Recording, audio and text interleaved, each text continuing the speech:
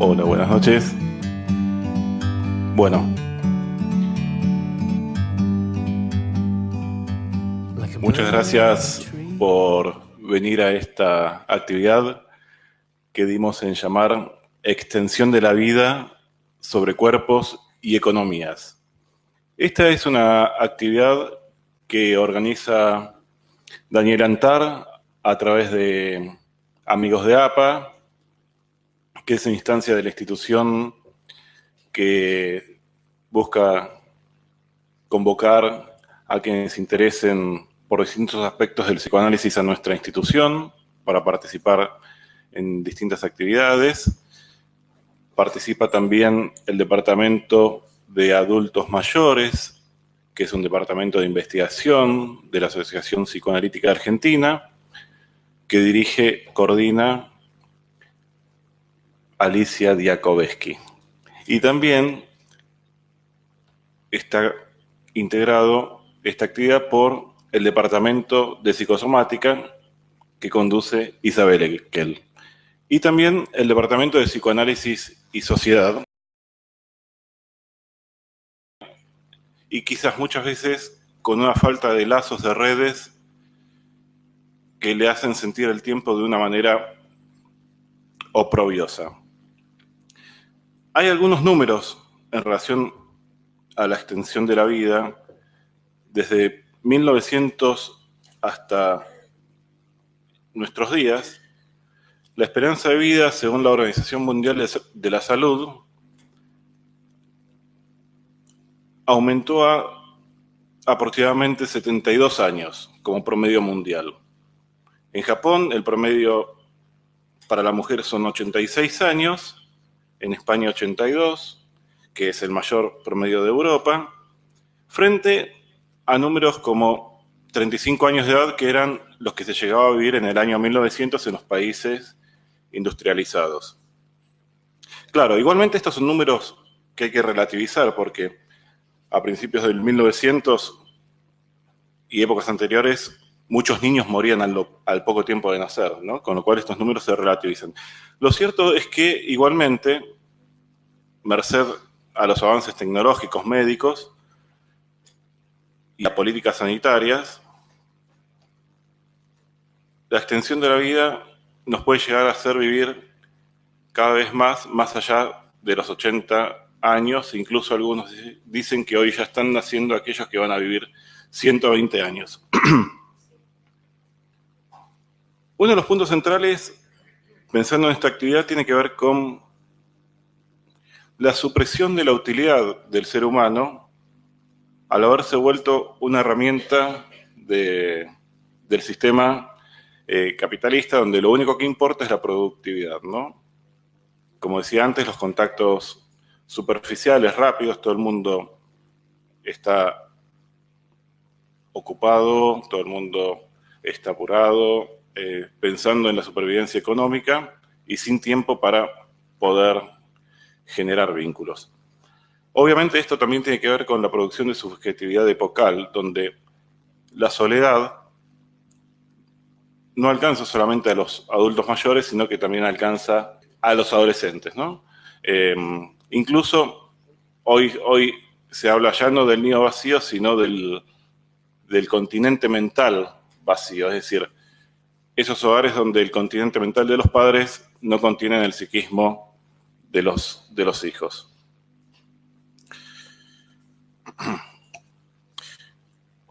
Y en este sentido, la soledad depende de la vivencia del tiempo. El tiempo y la soledad se encuentran entrelazados. Y la soledad toma una dimensión temporal que se vuelve un problema de salud pública en algunos países.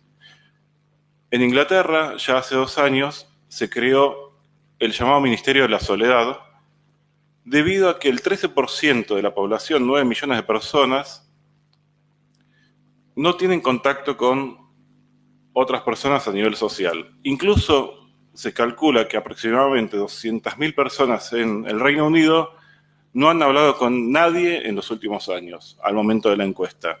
Algo parecido sucede en España, con cifras un poquito menores, pero donde el 50% de la población afirma haber tenido angustia de soledad en el último año. Algunos otros datos tienen que ver con el exceso de medicalización, porque cuando un adulto mayor se siente solo, lo que trata es de generar lazo social, y a veces el único lazo social que puede generar es concurrir al médico que lo medica, ¿no?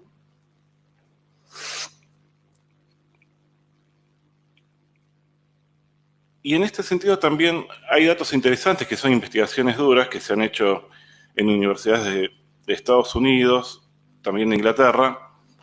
Hay una investigación en Inglaterra donde se llegó a la conclusión que la soledad mata más que el consumir 15 cigarrillos diariamente.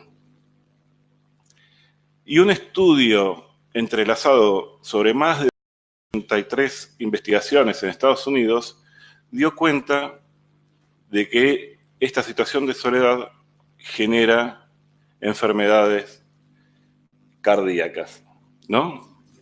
Y otras, obviamente. Esto me lo va a aclarar Isabel Eckel.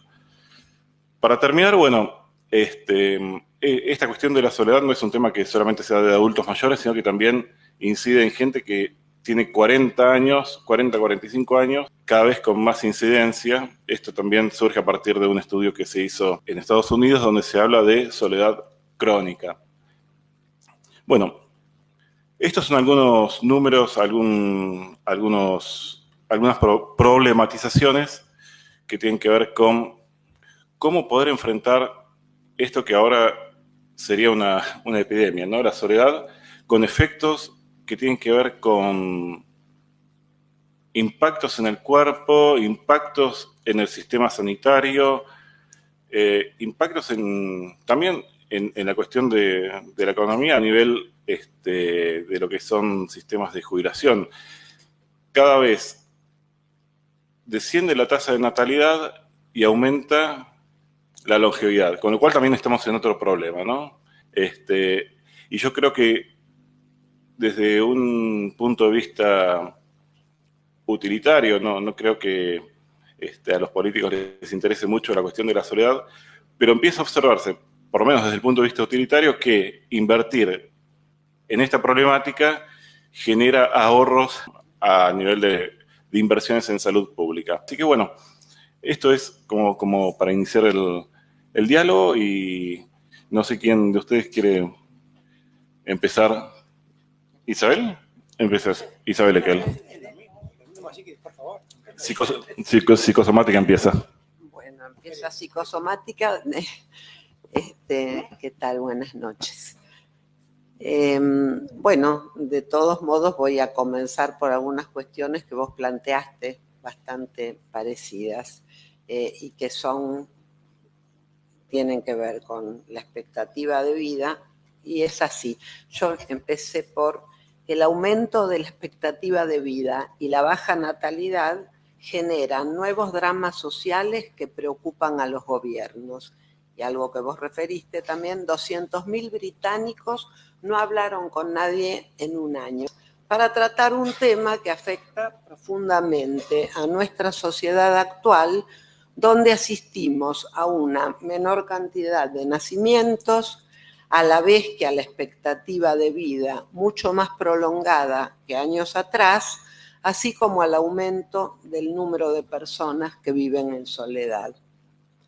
También resulta indudable que la organización familiar ha cambiado. Ya no hay un vínculo de convivencia tan estrecho con los mayores como en épocas pasadas, que hacía que estos pudieran ser sostenidos por sus propias familias. Lo cual da por resultado que hay menos disponibilidad de cuidados y contención y de diálogo, quizás, de parte de allegados, familiares, amistades, algo necesario para atenuar, al menos en parte, los sentimientos de fragilidad, vulnerabilidad y en algunos casos desamparo que trae aparejado el envejecimiento cada vez en mayor cantidad de personas en el mundo. Tanto es así, como decía acá el colega, que en Gran Bretaña se ha creado la Secretaría de la Soledad. Lo primero que se hizo allí fue realizar una campaña publicitaria para que la ciudadanía tomara conciencia del problema. Por otra parte, Eurostat, que es la Oficina Europea de Estadística, afirma que la soledad será una de las nuevas epidemias para Europa. Tal vez este ejemplo trate de situaciones extremas, podemos pensarlo así, que transcurren en otras latitudes de modo diferente del nuestro, pero quizás nos permita reflexionar sobre la forma en que el estado indeseado de soledad influye sobre el cuerpo y el psiquismo de las personas. Hay estudios que advierten que la soledad no deseada produce respuestas disfuncionales en el sistema inmunológico de defensas. Bueno, pero ya ubicándonos más específicamente en nuestro campo, vemos cómo la soledad amenaza con la aparición de la temible depresión. Es la enfermedad de la época, parece, ¿no? Es indudable la importancia que tiene para el ser humano un proyecto vital, situación esta que puede verse alterada, por ejemplo, por el hecho de jubilarse, lo cual conlleva una retirada, obvio, de las actividades habituales. No se puede dejar de pensar que perder un lugar valorado afecta a la confirmación narcisista de un sujeto que realiza una actividad, ya que ésta requiere no solo de la propia valoración, sino también de la valoración proveniente del mundo externo. El deseo, como motor imprescindible del aparato psíquico que es, se sostiene con el paso del tiempo. En cambio, el que marca el límite es el cuerpo. Se produce un desfasaje entre el deseo, que sigue vivo y pujante, y un cuerpo que no responde exactamente, por decir así, a las expectativas.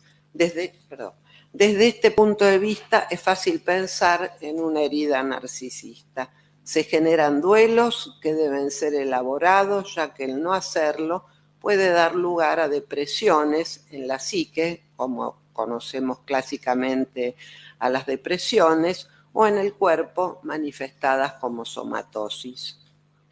Así es que llegan, un poquito ahora del consultorio, así es que llegan al consultorio pacientes que requieren que se los ayude a transitar esta etapa vinculada con la extensión de la vida. La angustia de finitud hace que algunos estén más atentos a su cuerpo y tengan cierta percepción de la angustia señal expresada en el síntoma somático, la cual, si es captada y decodificada por el analista, permitirá hacer un trabajo terapéutico de modo que los traumas y duelos no elaborados puedan adquirir palabras en lugar de ser expresados somáticamente. Podemos decir que estos son pacientes que llegan a tiempo a la consulta. También me ha tocado acompañar a otro tipo de pacientes en los que la angustia señal no es percibida o se hacen oídos sordos algunos indicios de la presencia y es el cuerpo el que se hace cargo de los traumas y duelos no elaborados por el psiquismo. Son los que llegan tarde y con quienes lo único por hacer es acompañarlos a hacer su elaboración del tránsito hacia la muerte. Por eso, para terminar, por lo menos por ahora, es útil recordar que sostener nuestro trabajo y actividad intelectual es beneficioso tanto para nuestra salud física como psíquica. Bueno, okay, por ahora. ¿Yo? Bueno. Queda.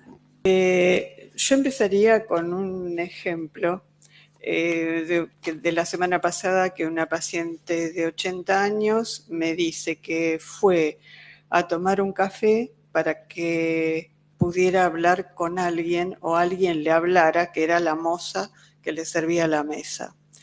Que me parece importante. Digamos que también en eso, por supuesto, hay una patología, no es que la paciente no haya abonado esta idea de soledad, que podría modificarse, pero viene justamente por eso, digamos. Yo empezaría diciendo que la vejez es ajena, que lo repito cada vez que me toca hablar, hasta que el cuerpo empieza a hacer agua, empieza a manifestarse y entonces hace que el individuo tenga que tomar conciencia de que lo cronológico tiene un valor y que tenemos una vida finita y que tiene que, digamos, tener conciencia de la vejez, que es una de las cosas más difíciles en esta sociedad donde lo más valorado es ser joven, lindo, activo, activa, tener buena sexualidad, trabajo y tener éxito, digamos. Que aparte de eso, nada más. Nada más. Bueno, pero el tema es que entonces, ¿cómo se llega a este estadio de la vida dentro de estos conceptos sociales y valoraciones? Yo en realidad quería plantear algo más optimista, que es la nueva vejez, porque el hecho de que vivamos más tiempo hace también que mucha gente pueda disfrutar y hacer cosas que nunca había hecho. Eso también lo veo en la clínica y en pacientes. Por ejemplo, no sé, una paciente de 90 años que me la traen los hijos, una mujer que estaba perfectamente bien, con su marido de 96, que además la esperaba en la puerta, y que dice, me traen porque creen que estoy deprimida, pero yo me meto en la cama porque a mí me gusta leer en la cama.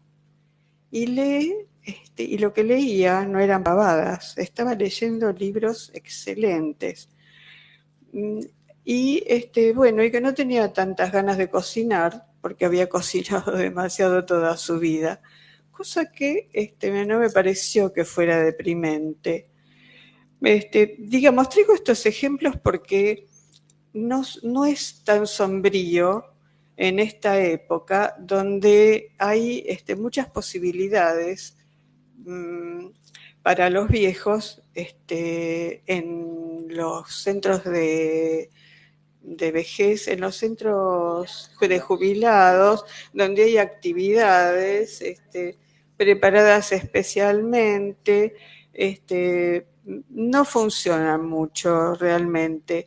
Pero, por ejemplo, voy a ver si puedo traer a APA un coro de viejos, muy viejos, que son de un centro de jubilados de Hurlingham y que me gustaría, los quiero conocer, porque la profesora la conozco, y bueno, es decir que esta es una de las vertientes.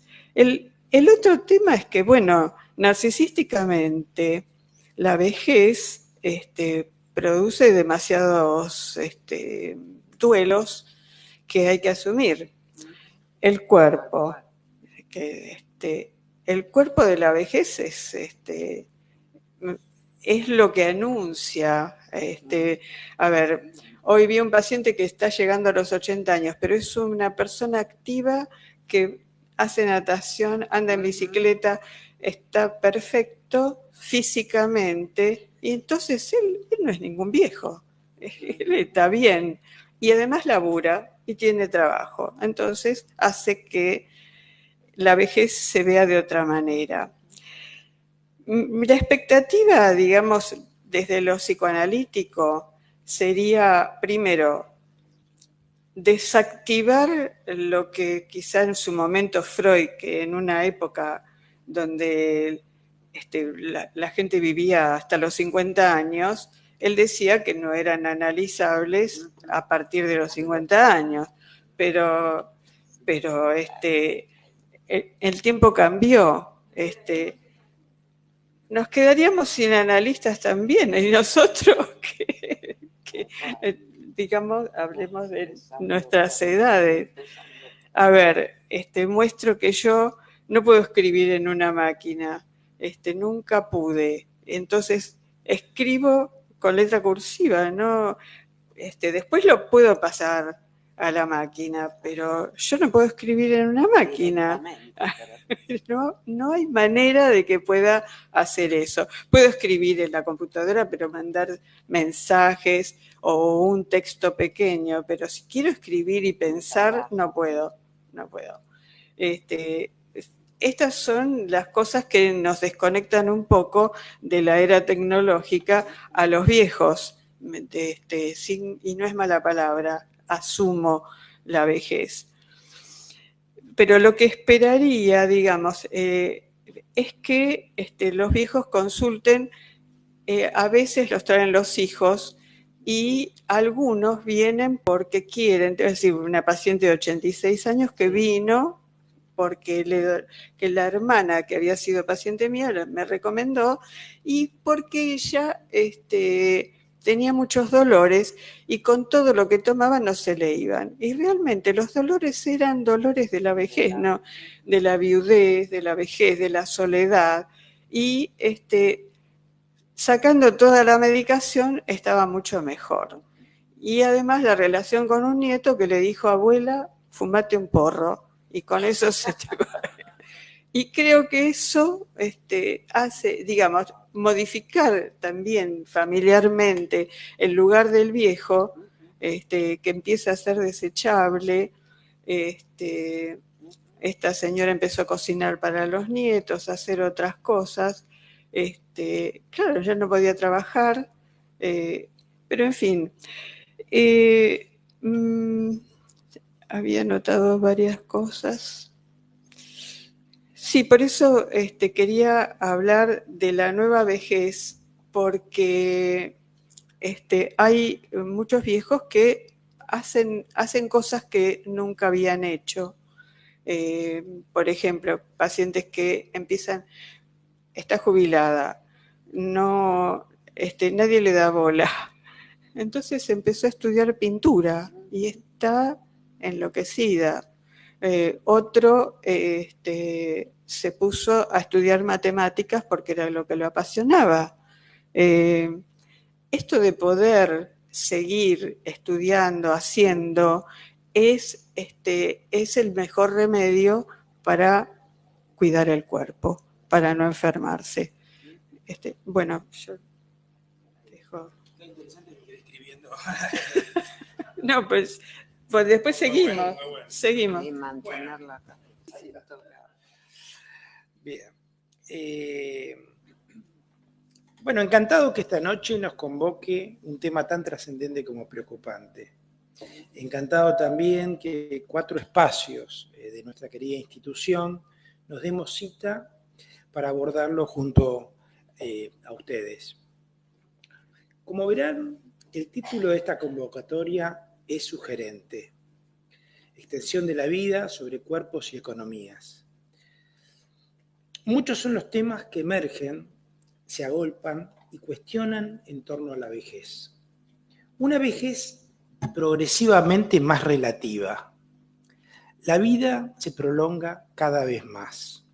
En primera instancia, esto no puede otra cosa que significar que el ser humano está viendo satisfecha una de sus mayores añoranzas, vivir más.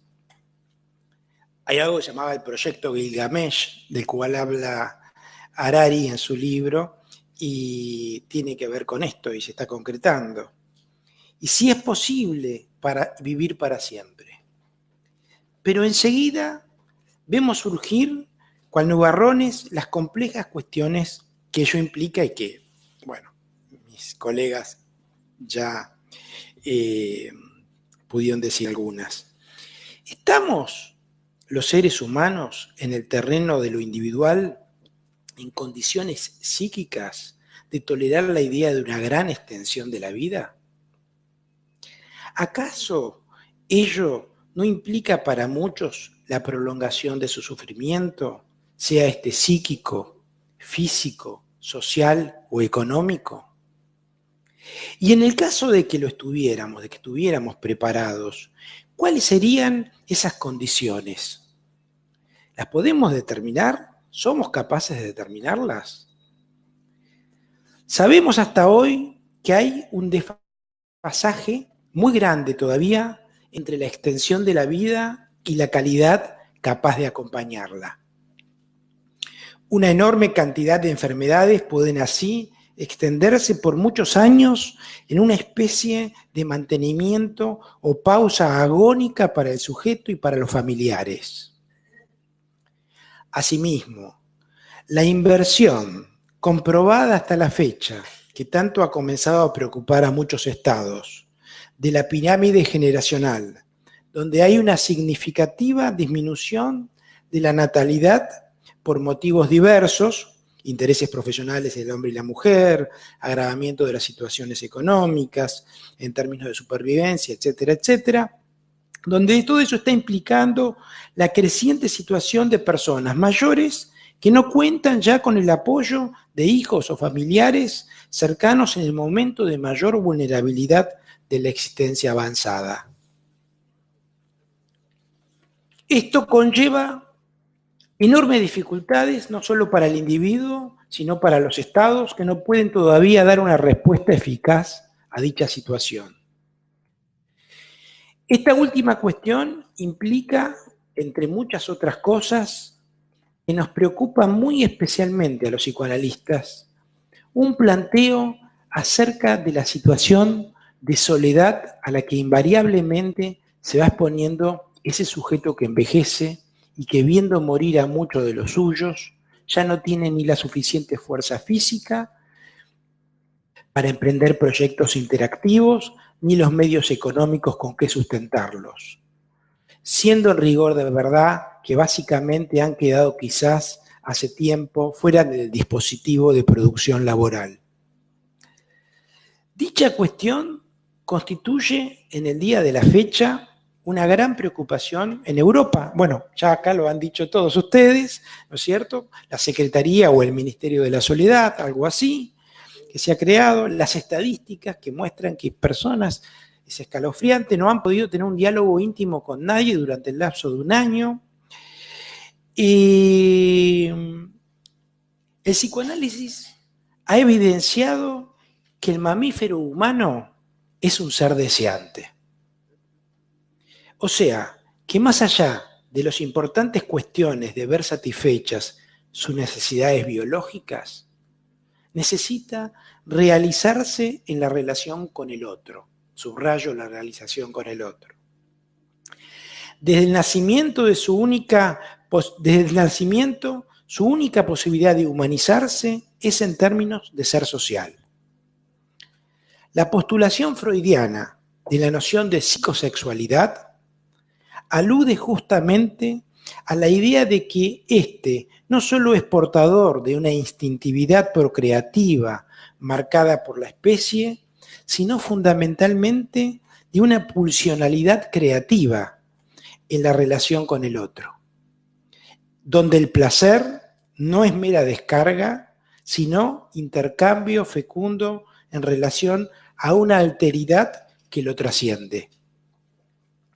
Entonces surge la importante cuestión, al lado de las respuestas a las necesidades de supervivencia digna, lo que hace al tema de la jubilación, los seguros de retiro, el aparato de salud médica, etcétera, etcétera, surge la cuestión, al lado de esto, de acercar vías de facilitación que contemplen a ese sujeto social, que para seguir siendo humano no puede prescindir de los intercambios creativos con su entorno.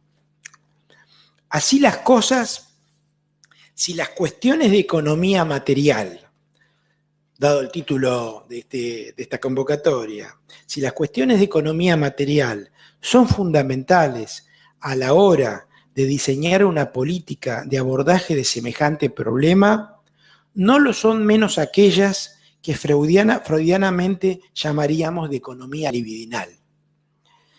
Esta requiere un cuidado tanto o más importante que aquella otra material, dado que hace a la preservación de la calidad de vida humana, donde las cuestiones de cantidad se tornan poco valiosas si no son resignificadas afectivamente. Como verán, digo intercambios creativos. Ello implica un modo de relación con el mundo donde la posibilidad de seguir creando supone que la vida humana tiene un sentido. La pérdida la pérdida de sentido, no solo supone una muerte psíquica agravada por la prolongación biológica, sino un serio peligro para un mundo que, si se quiere humano, no puede dejar de observar el sostén, subrayo la palabra sostén también, de quienes de un modo u otro nos han sostenido. No se trata de una mera axiología a observar, sino del mantenimiento de las redes psíquicas de la filiación, las que extraviadas amenazan con un naufragio de toda una cultura de vida. Bueno, muchas gracias. Muy buenas las introducciones a la conversación. Bueno, tenemos bastante gente conectada también por Click Meeting y la idea es que también el público acá presente pueda participar. Así que, en principio, le vamos a dar la palabra a Aide. Lo que ustedes dijeron me sugirió varias cosas. Primero, ustedes se refirieron especialmente a Europa, y en Europa es una situación especial porque los colegas que han de la facultad, médicos, no psicoanalistas, que han trabajado, por ejemplo, han querido ir de visita a casa de los franceses o los belgas o los ingleses y ellos les contestaron, después de trabajar años en el laboratorio, no, yo tengo mis amigos, no te puedo invitar a mi casa porque nosotros somos un grupo o algo así. Es decir, hay como una herencia feudal o de la época de los Habsburgo, digamos que hay lugares cerrados. Eso sería uno de los elementos que quería decir. El otro, que hay profesiones en la Argentina, por lo menos, en que se muere rápidamente o hay una especie de suicidio enmascarado, drogas, cigarrillo, ¿no es cierto? Los músicos de rock o algunos semi-muertos como el Facha Medina, por ejemplo, que van a cantar con, no, él o algún otro parecido, que van a cantar con el tubo de oxígeno o cosa parecida. Es decir, que se drogan hasta el infinito y después tratan de mantenerse en el candelero. Pensaba en los Beatles también, que murieron dos de ellos prematuramente. Recuerdo que John Lennon decía que él era más ¿sigo hablando o era más famoso que Cristo? No sé cómo le habrá caído a la Grey cristiana esto, pero yo tengo la impresión de que los viejos, cuando dejan de ser, como dijo la colega, atractivos, rubios, despampanantes, ya no tienen ganas de vivir, si es que vivieron en función de llamar la atención, ser mediáticos, etc. Y last but not least, quería mencionar a Mirta Legrand, que tiene 4 años más de lo que confiesa, y lo sé porque un vecino nuestro que falleció fue al colegio en Villa Cañas con ella. Tiene 96. Perdón, es una pizquita. Y ella va a trabajar, se maquilla, se pone zapatos para mostrar en público. Bueno, eso es lo que quería decir. Gracias. Muchas gracias. Atrás, ¿le alcanzas el micrófono? Decime tu nombre. Gracias, Enrique Rego, médico ginecólogo. Gracias. Adelante. De trabajo a 200 kilómetros de la capital en la ciudad de Pergamino. Hablarle al micrófono porque... Todos ustedes se desenvuelven en la capital federal. Bueno, yo me muevo en un universo ligeramente distinto. Entonces puedo traer mi realidad, que no es la verdad ni nada por el estilo, pero es mi experiencia. Tengo 45 años de médico y 40 trabajando en Pergamino. Como ginecólogo dedicado, uno envejece y las pacientes envejecen, entonces hago menopausología. Yo tengo el hábito de escribir, así que reflexiono algunos temas. Por ejemplo, yo digo siempre que en la vidriera de mi consultorio aparece la exclusión. El primer grupo excluido son los viejos. No tienen ningún lugar en el ámbito donde yo me muevo. Clase media y una ciudad riquísima. Sí. El único destino son los morideros, que la gente llama geriátricos. El segundo grupo son los discapacitados neurológicos por la droga. Como dice la doctora, definitivamente excluidos. El tercer grupo son los desocupados definitivos por los avances tecnológicos. Yo les pregunto cuál es el futuro de nuestro país con un 40% de pobres y de niñi en la inserción laboral y tecnológica. Y el cuarto grupo, que es el que más me interesa porque yo tuve la suerte de hacer una maestría de psicoinmunoneuroendocrinología con Favaloro hace 20 años, que me cambió el eje de mi estilo laboral. Y a mí me preocupan los pacientes psicosomáticos. Les puedo asegurar que el 90%, por no exagerar al 100% de mi pacientela, traen a la consulta motivos de consulta que no tienen absolutamente nada que ver con lo somático, sino como consecuencia de la psicoinmunodepresión. El drama del viejo es el infierno de los medicamentos, porque tiene que enfrentarse con otra realidad. El médico no está preparado para atender al viejo. El gran capítulo del viejismo de Butler, con todos los prejuicios que hay, se han exacerbado.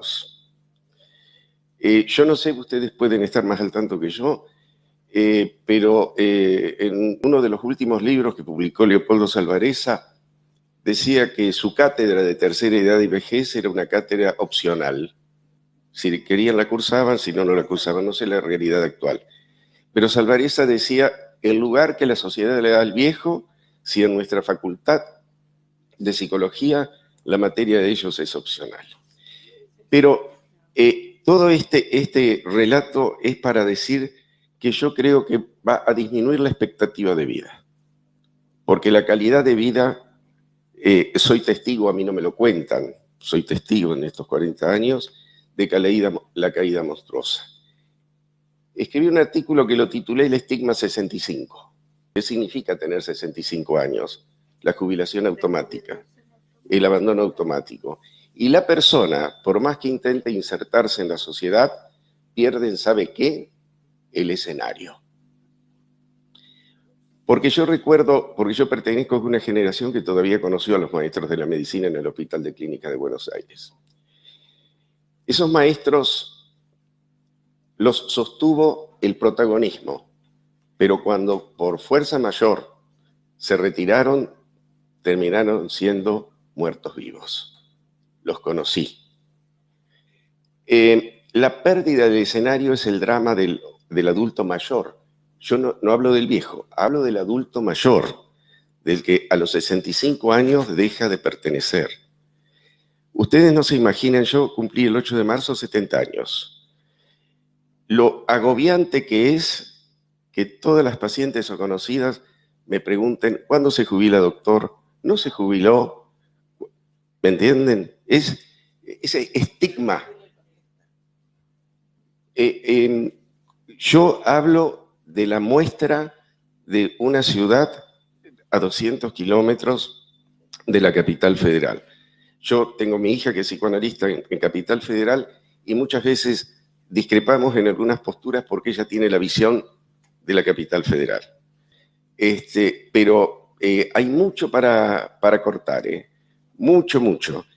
Otro drama del viejo, la velocidad. Yo tengo un artículo que lo titulé Novedad del 20 y tragedia del 21. En el siglo XX la velocidad fue una novedad, con el avión, el automóvil, el control remoto, los ya. Pero en el siglo XXI es una verdadera tragedia para el adulto mayor y el viejo, que no se puede acercar, la digitalización. Exacto. Entonces, es muy complejo el tema. Y yo no quiero ser largo ni ser protagonista de este encuentro, pero quiero acotarles mi humilde experiencia. Que no... Sí. Perdón, no dialoguen así, con micrófono, por favor. Era una pregunta para usted. Mi pregunta era por qué usted ve tanta diferencia en lo que está mencionando con respecto a Pergamino y a la capital, porque en realidad las cosas que usted está mencionando yo las veo como que no las veo tan lejanas con lo que pasa acá en la capital.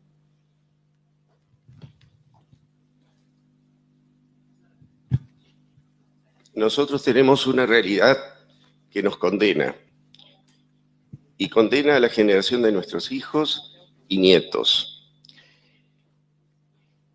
El combo de fútbol de lunes a lunes, Tinelli entrando todos los días a nuestras casas, los bingos llenos, la droga que cada vez se consume más y ahora Netflix va a hacer que la clase media no lea un libro más en su reputísima vida. Nunca más, nunca más, porque ustedes pueden tener una muestra distorsionada de la realidad que veo yo en el interior. Yo que soy un vicioso de la lectura, me he quedado sin interlocutores. ¿Con quién puedo hablar después de escuchar o leer a Derrida, a Heidegger? ¿Con quién puedo discutir? Es un escenario totalmente distinto. Entonces, la sociedad está condenada, por lo menos en el ámbito donde yo me desenvuelvo. Y hay muchas cosas para charlar, muchas cosas. Bueno, muchas gracias.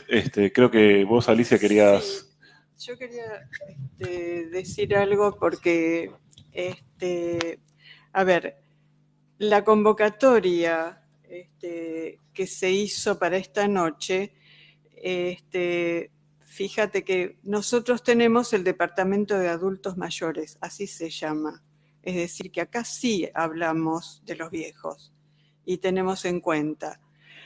Creo que, ¿cómo se llama el que fundó mi departamento? No fue Salvareza. No, nuestro departamento fue fundado hace muchos años. Y más todavía, hace más o menos 30 años me llamaron de la Asociación para la Prevención de la Tuberculosis para controlar un grupo de gente joven, eran mucho más jóvenes que yo, que trabajaban con adultos mayores para hacer una supervisión durante un año. Es decir, que el tema está lanzado. El punto es que socialmente, digamos, no tenemos prensa los viejos. Es así, salvo que sea gente famosa, pero en general no hay prensa para los viejos porque es una sociedad apurada, como vos decís. Esto es lo que tratamos de darle voz en esta institución. Por eso está el Departamento de Adultos Mayores. Por eso te quería contestar, porque no es que acá no funcione. Ahora, en provincia, yo he trabajado en Rojas, cerca de Pergamino, y bueno, hay mucho más atraso. No, es como si no llega. Hace muchos años de esto, pero por ejemplo, yo era pediatra y no había pediatra en esa ciudad, es increíble. No, a mí me quedó la sensación, en base a algunas cosas que se dijeron, por ejemplo, lo que traía ahí del tema de los mediáticos, ¿no? Bueno, esos son por ahí ejemplos de gente que puede satisfacerse narcisísticamente de la mirada de los otros, pero el gran problema es que no todos pueden satisfacerse ser mirados por otros, ¿no? Y me parece que esa es una de las claves de la sociedad actual, donde las redes virtuales ofician como soporte imaginario de un narcisismo que permanentemente tiene que adaptarse a las exigencias del otro, sea la moda, sea a distintas exigencias, ¿no? Y hay otro tema interesante que tiene que ver con lo que traía el colega de Pergamino, que tiene que ver con la exclusión, ¿no? Bueno, permanentemente hay un empuje a nivel de lo que es la más media, a través de lo que son las propagandas o las campañas publicitarias, al renovarse permanentemente, ¿no? Renovate, no te dejes estar, ¿no? Todo nuevo, y me parece que cuando te traen este paciente que los hijos decían que estaba deprimida y no estaba deprimida, Alicia, me parece que lo que hay ahí también es un intento de desestimación de la perennidad, ¿no? Del fin de la vida, y también hay una alta disociación entre psiquismo y soma, ¿no? Me parece que hoy en la actualidad, donde priman, bueno, las patologías de la acción, que es la patología del soma, donde uno actúa sin psiquismo, a veces como acto reflejo, prima lo imaginario del soma. Entonces, no hay nada más atrás de eso. El psiquismo queda obturado, queda de lado, ¿no? Como vos decís, ahora, bueno, mucha gente se dedica a mirar Netflix y no a leer nunca más un libro. Yo no creo que sea tan negativo todo esto, incluso hay gente que se está abriendo de las redes sociales para volver a tener contacto humano, jóvenes que deciden no ser parte de esta parafernalia, ¿no? Pero creo que tampoco todo es tan negativo. No, yo creo... tablet, libros, sí.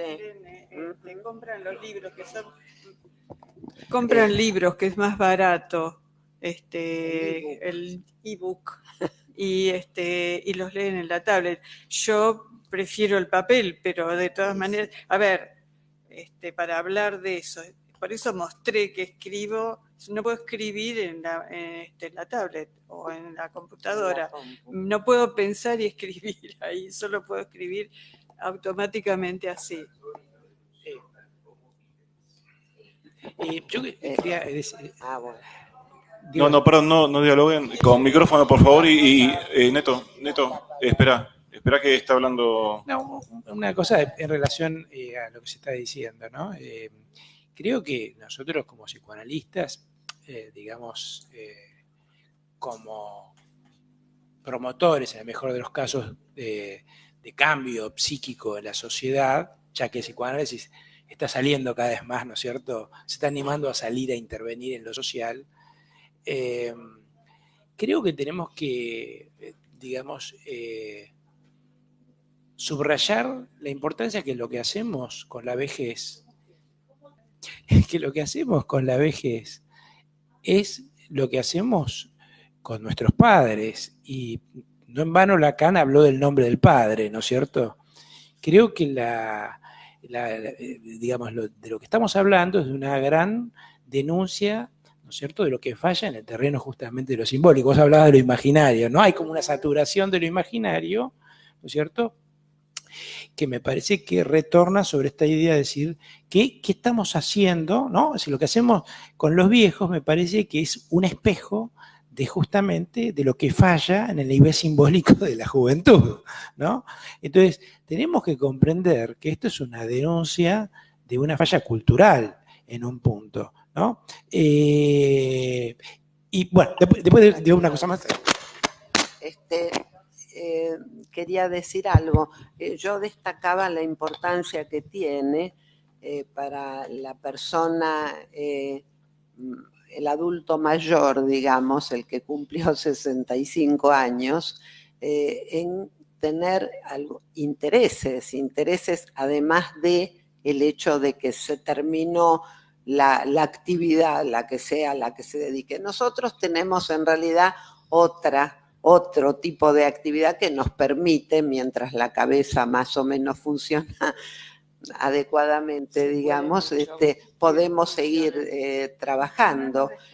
Pero entiendo también que la persona que trabaja en una actividad donde es jubilado en ese momento, a lo mejor se queda un poco como pataleando en el vacío, ¿no? Por eso decía la importancia de tener algo, una actividad que permita el funcionamiento, ¿no? y de la mente. Yo creo que los psicoanalistas tenemos una actividad preciosa que es cultivar el pensamiento, ¿no? Y no cultivar el pensamiento repetitivo, ¿no? Que es la posibilidad de crear permanentemente, elaborar, transformar, ¿no? Bueno, a ver, pensaba varias cosas de lo que escuché que me gustaron mucho todos los comentarios. Primero, me parece que, a ver, que uno llega a la vejez muchas veces como ha vivido, ¿no? Y uno lo va viendo en los pacientes. A mí me sirve mucho ver dónde tuvo cada paciente o cada persona puesto su narcisismo. Si lo tuvo en el cuerpo, si lo tuvo en la belleza, si lo tuvo en su trabajo, en su familia, si lo tuvo en múltiples lugares o en un solo lugar, lo que va a hacer que envejecer, digamos, tenga una modalidad particular para cada persona.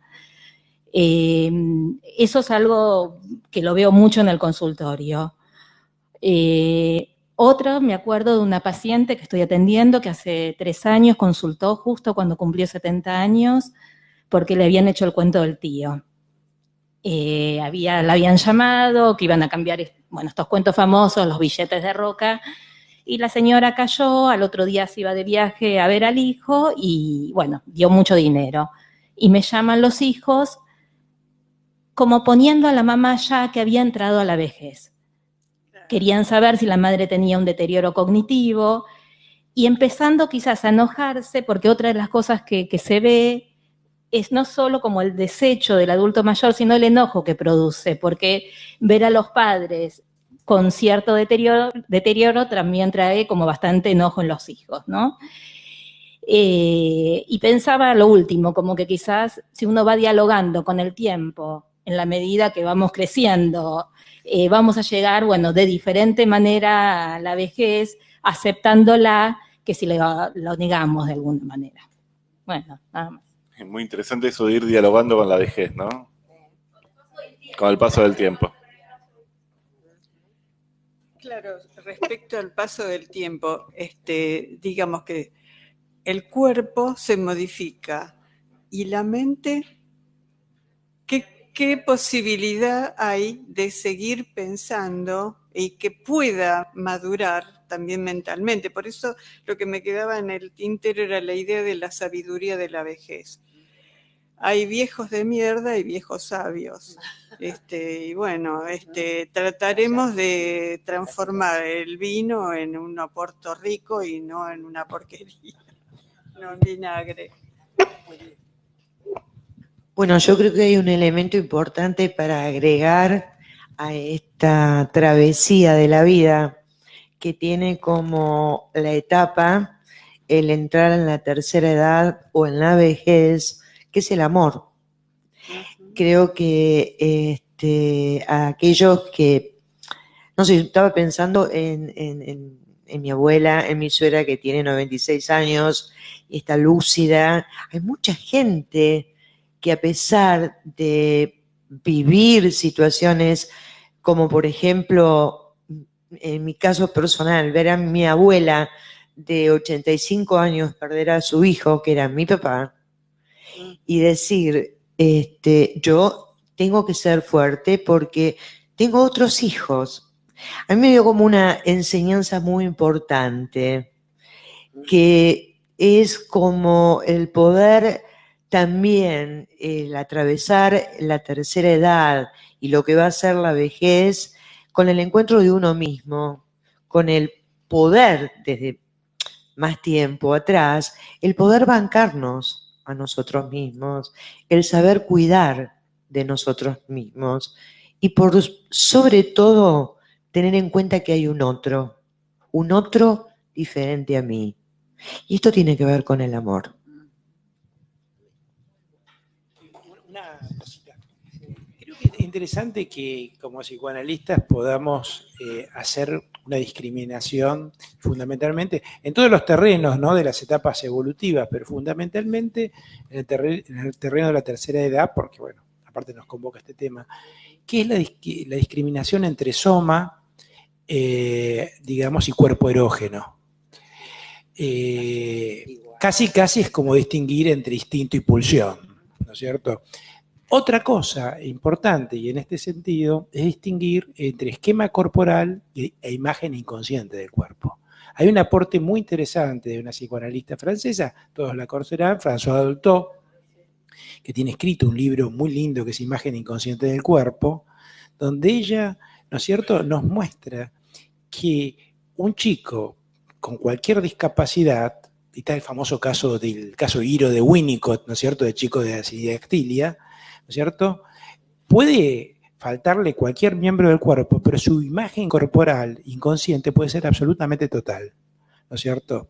Y yo creo que como psicoanalistas, una de las cosas que tenemos que trabajar, yo estoy trabajando cada vez más contigo, estoy más viejo y trabajo con gente más grande, ¿no es cierto?, es la posibilidad de volver a reconectar al paciente con la imagen inconsciente total de su cuerpo, lo cual, ¿no es cierto?, es una revitalización erógena importantísima. Bueno.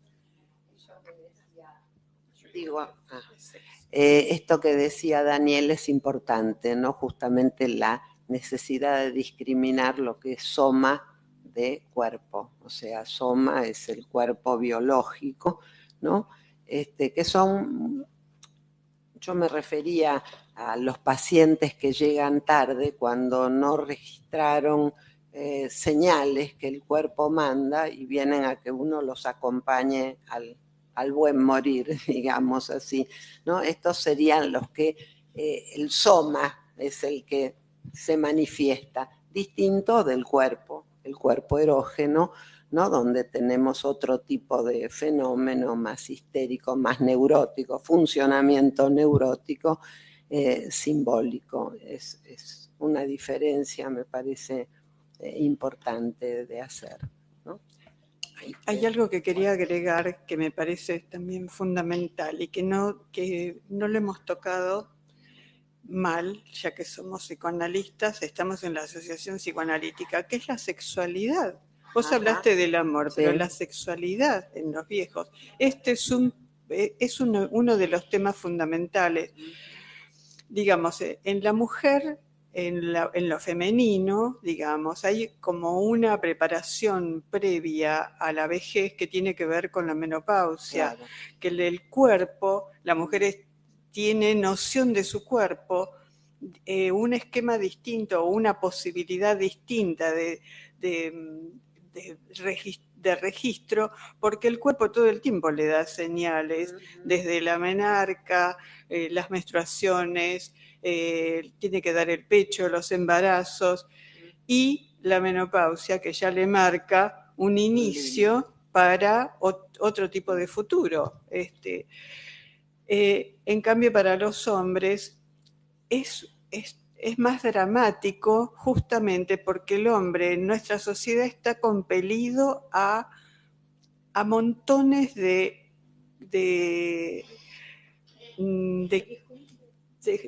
no, está compelido al éxito en todo sentido. Tiene que al rendimiento, tener un pene siempre parado, tiene que poder tener sexo en cualquier momento, es el que... Pero justamente eso es terrible. A ver, yo he atendido hombres con un sufrimiento espantoso respecto a tener que darle satisfacción a la mujer. Y tomar toda clase de drogas que además son, que tienen efectos secundarios y que le hacen mal. A ver, un paciente de 72 años, lo veo con todas las manos que le está sangrando una uña, qué sé yo, y le digo, ¿qué pasó? ¿Que se lastimó? No, me dice, estoy tomando una medicación nueva para el sexo. Me parecía espantoso, terrible. Pero bueno, porque tiene que cumplir con determinadas cosas, no solo con la mujer, sino para él demostrarse todo el tiempo que puede y que tiene una sexualidad fantástica. Y eso es un drama masculino que no es tenido en cuenta, que se sufre muchísimo más los hombres que las mujeres en ese plano, porque tienen que cumplir con un pacto social que los pone en ese lugar. Social y con él mismo, ¿no? Es una herida narcisista monumental, me parece el tema. Respecto a la cantidad de años que vive la gente, tenía un compañero me trajo una estadística y en este año, en las últimas elecciones, votaron 8 personas mayores de 100 años. No, acá, en las elecciones nacionales. Elecciones nacionales. Hablo. Bueno, una de las cosas que quería decir, me lo hizo recordar la colega, es el trabajo de Winnicott, la capacidad de estar solo. Ustedes hablaron de la soledad de los viejos. Yo creo que hay muchas cosas que se logran en la infancia, como dijo nuestra colega del grupo de amigos de APA, que se van sedimentando, ¿no es cierto? Que vieron eso que dice que así como uno se hace la cama, así duerme, ¿no? Lo mismo, así como ha vivido, quizá así es la vejez. No es una sorpresa. Y a vos te digo, por ejemplo, que no decís que no escribís a máquina. Mi padre tenía una oficina donde tenía una máquina de escribir y yo a los 8 o 10 años empecé a teclar. Y ahora escribo muy fácil, digamos. Yo creo que las cosas uno tiene que irlas sedimentando, ¿no es cierto? Y bueno, con respecto a la capacidad de estar solo, recuerden que Winnicott decía que el asunto es estar solo también consigo mismo, como esa señora que leía en la cama, digamos, no le importaba lo que pensaban los demás. Bueno, muchas gracias. No, me gustó mucho esto que traes, Aide, porque justamente se trata de esto, ¿no? Cómo vamos perlaborando a lo largo de la vida esta capacidad de estar solos, ¿no? Y no necesitar como objeto calmante a los otros, ¿no? Creo que eso está fallando un poco, ¿no? Y creo que también hay algunas políticas públicas que me parece que más que ir en este sentido de generar elaboración, representación simbólica, que lo que se propone a veces es armar como corralitos de gente mayor para que esté junta, pero tampoco creo que eso... Separatista, digamos. Claro. Por otro lado, no sé si la tecnología tiene que ver con una exclusión de los adultos mayores. Acá tenemos a Sarita Arbizar, que maneja WhatsApp, computadora, tiene... bueno, ¿Daniel? No iba a decir nada, pero ya que decirlo de la tecnología, no, yo creo que la tecnología viene a, digamos, claro, a contribuir enormemente la cantidad de pacientes, digamos, ya mayores y de gente que conozco que ya tienen su Facebook, que se han reencontrado con gente del colegio primario, ¿no es cierto? Es infinita, o sea, la contribución de la tecnología, pero bueno, creo que tiene que haber, ¿no?, un sostén y una facilitación, diciéndolo en términos de Winnicott, ambiental, que permita que todo eso sea, tenga un adecuado uso, ¿no? Perdón, micrófono. No, respecto a la tecnología, no hay tecnología para el adulto mayor. Esto me llama mucho la atención porque hay la población cada vez, digamos, crece más la expectativa de vida y pasa, por ejemplo, con los celulares. Hay adultos mayores que no saben usar un iPhone, un celular de los modernos y ya no se venden celulares de los pequeños, ¿no? De los antiguos y quedan totalmente excluidos. Eso me llamó muchísimo la atención. Como que, bueno, que es una sociedad de consumo que va dirigida a los jóvenes. Bueno, pero eso tiene que ver con los hijos también, porque yo aprendí todo para comunicarme con mis hijos. Por eso manejo los teléfonos, manejo todo, no puedo escribir, pero manejo todo gracias a ellos. Bueno, y a los pacientes, porque ningún paciente me llama al teléfono de línea, sino que me deja un mensaje en el celular. Por eso insisto que más que las redes, hablamos de redes, hay que digamos, incrementar las redes simbólicas, ¿no es cierto? Porque esto que estás diciendo... Lo que pasa es que no todos los adultos mayores tienen hijos que le den bola de alguna manera. Claro, ni todos los adultos mayores a lo mejor tienen el mismo nivel de funcionamiento mental, tampoco, ni de educación, instrucción, etcétera, ¿no? Creo que eso cambia bastante las cosas. Además, estamos hablando, creo, de la soledad no deseada o indeseada, no estamos hablando de alguien que disfruta de su soledad, como la señora, la paciente que traía Alicia, que por ahí le gusta leer en su cama. Son cosas diferentes. Sí, con respecto al tema de la tecnología, a mí me parece que los hijos cumplen un rol fundamental. Yo voy a hablar por mi experiencia. Yo no soy psicoanalista, pero tengo 59 años, no me eduqué con libros, leyendo muchos libros, yo soy abogada, y cuando mi hija empezó ya la primaria, ella hacía muchas cosas con la computadora, yo hacía algunas. Y en realidad a mí me ayudó muchísimo en toda mi vida personal y profesional la colaboración de ella. De hecho, siempre fue ella quien hizo las presentaciones PowerPoint para mis clases. Yo siempre se lo decía a mis alumnos y jamás le interesó, ella no estudió mi carrera, pero siempre estuvo encantada de formar parte porque era nuestra alianza. Era nuestra alianza y ella sabía que yo se lo contaba a todo el mundo porque era mi orgullo. Y yo he hecho trabajos que jamás cambié y se lo digo a mis alumnos, eso quedó en inglés y quedó en formato PDF porque mi hija lo hizo así y para mí es un símbolo. Entonces, a mí mi hija un día me puso WhatsApp sin que yo me diera cuenta y me cambió la vida. Yo viajo en transporte público y escucho libros. Con respecto al comentario del doctor, yo escucho libros, practico inglés, tengo comunicación con amigos que viven en el exterior. En realidad a mí la tecnología me sirve muchísimo y aparte mi hija ahora no está cerca mío.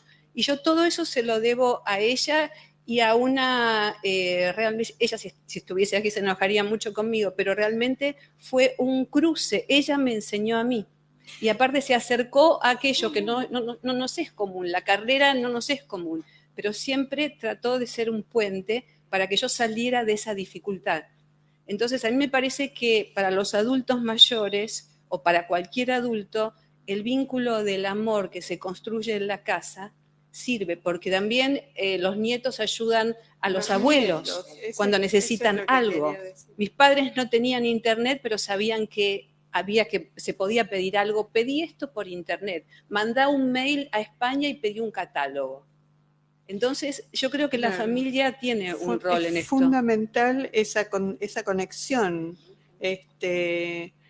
mi nieto se conecta conmigo mandándome fotos al teléfono, Claro. y comentándome cómo está el gatito o el perro. O las recetas, los No, abuelos eso que ni piden hablar, recetas. claro. Mi mamá También. pedía recetas a su nieta. Claro. Bueno, pero ustedes están hablando acá de transmisión intergeneracional de arriba hacia abajo, pero eso es una construcción que en el caso de ustedes se ha dado así y además es bien recibida y no hay expulsión ni del joven ni del mayor. Creo que... Sí, él quería hablar. Hablando de tecnología, hay un enfoque totalmente distinto del que están haciendo, que es el siguiente. En el año 1988, Santiago Kovadlov publicó un ensayo que lo tituló La nueva ignorancia. Cuando lo leí, obviamente era mucho más joven que ahora, y me entró y salió. En ese ensayo, él decía que las nuevas generaciones de trabajadores tecnológicos iban a tener ciclos muy breves, porque la velocidad de los avances tecnológicos superaría la capacidad individual de actualizarse. Pasan los años, incluso decía él que las personas con actividades tecnológicas iban a terminar su vida laboral haciendo actividades totalmente ajenas a la primaria.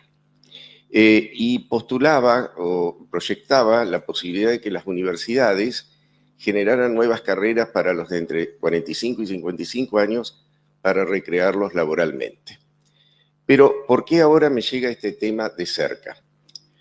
Hace 40 años, cuando me radiqué en Pergamino, yo podía hacer la medicina bastante similar a la de Capital Federal y Rosario, que es otro centro importante que tenemos cerca. Pasan 40 años y los avances tecnológicos nos han limitado enormemente nuestra capacidad laboral. Porque la infraestructura tecnológica es cara y ya el médico desapareció, dejó de ser el capitalista y es el empresario el capitalista. Ustedes lo verán que los dueños de las prepagas y de las grandes sanatorios que en mi condición de alumno eran de los maestros de la medicina, murieron y ahora son empresarios.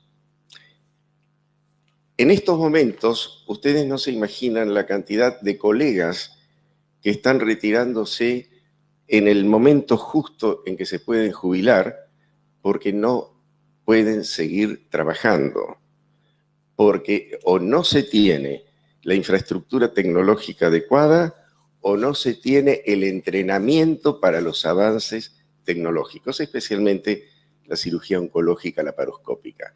Entonces, esta es una nueva lectura que recreo yo después de haber leído en el año 88 a Kovadlov, de que es una realidad y que también hay que verla fuera del radio de la Capital Federal, ¿no?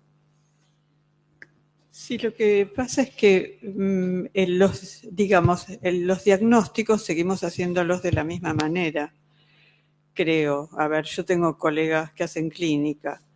El tema de lo adicional se puede agregar o no, pero me parece que como función médica hacer un diagnóstico sería la primera parte y la más importante. Después, si la tecnología ayuda, digo eso porque veo a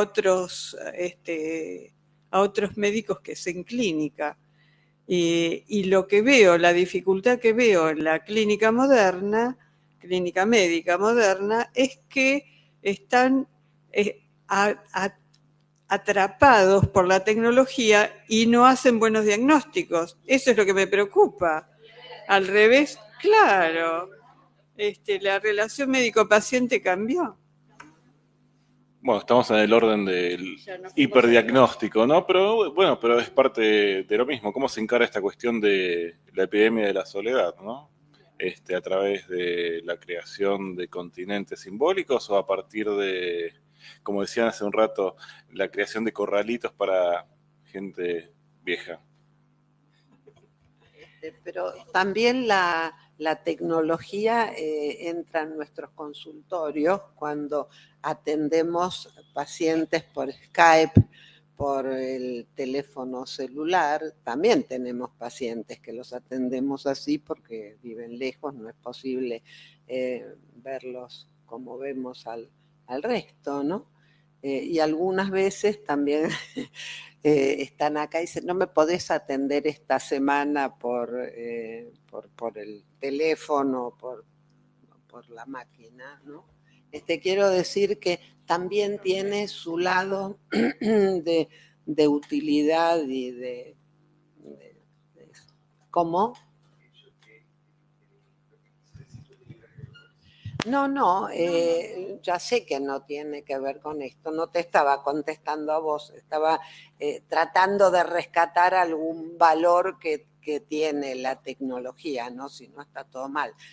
Yo no es que esté de acuerdo con que los chicos ahora, que los niñitos tienen que tener más de 2 años para usar, que es conveniente que tengan más de 2 años para usar